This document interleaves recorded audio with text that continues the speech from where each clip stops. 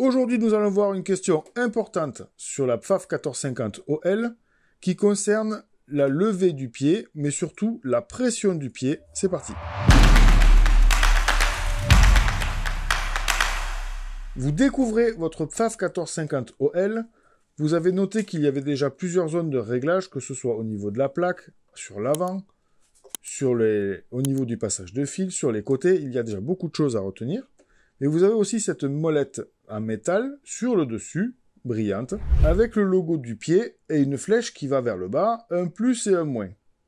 Quelle est l'utilité de cette molette? C'est une molette de réglage qui va faire en sorte que le pied écrase plus ou moins votre tissu en fonction du réglage que vous allez donner. Le problème, c'est que vous avez à peine commencé à vous servir de la machine, vous ne maîtrisez pas spécialement les réglages, que vous devez vous soucier de ça. Bof. Donc on va vous expliquer, et surtout, on va essayer de voir le cas où c'est une machine que vous avez eue d'occasion, ou simplement quelqu'un est venu vous aider, parce que vous croyez qu'il s'y connaissait, il a touché tous vos réglages et plus rien ne marche. Et peut-être que vous avez bien fait, mais que ce réglage-là a changé, et qu'il va vous poser problème. Donc on va vous expliquer à quoi ça sert, et comment revenir à zéro quand on a perdu le fil.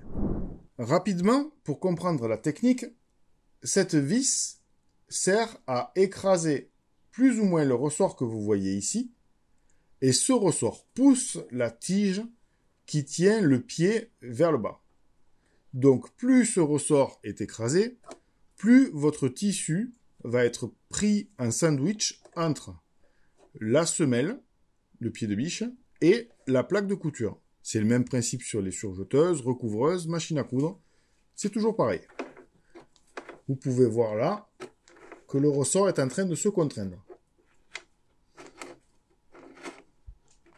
Donc vous vous dites, oui d'accord, alors ce réglage il sert à ça, mais qu'est-ce que je dois faire?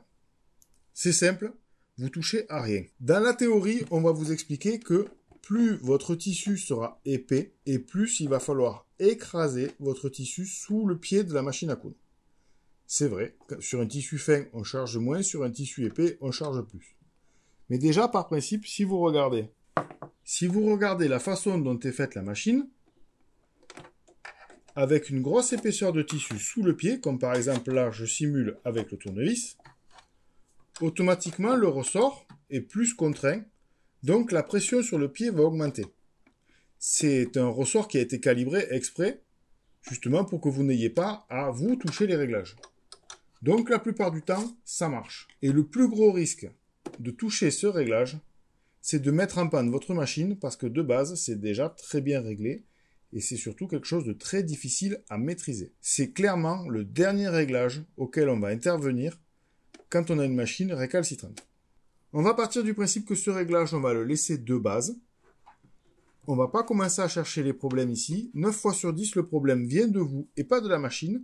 Vous avez soit raté votre enfilage, soit une aiguille tordue, soit du fil de mauvaise qualité. Quand vous aurez écarté toutes ces éventualités, vous serez déjà arrivé à 9 fois sur 10 à trouver votre panne. Dernier problème, vous y avez déjà touché, ou un bon samaritain qui devait savoir normalement ce qu'il faisait a tripoté la vis sans même vous expliquer ce qu'il faisait.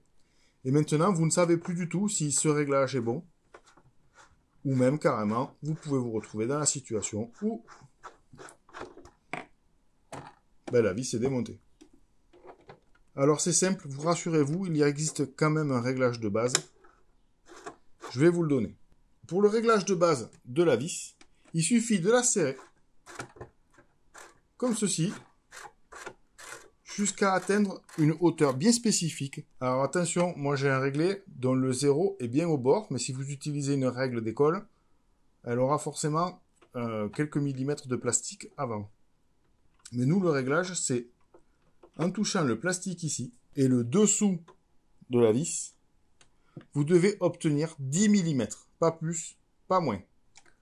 Voilà, vous avez maintenant le réglage de base pour la contrainte du pied presseur.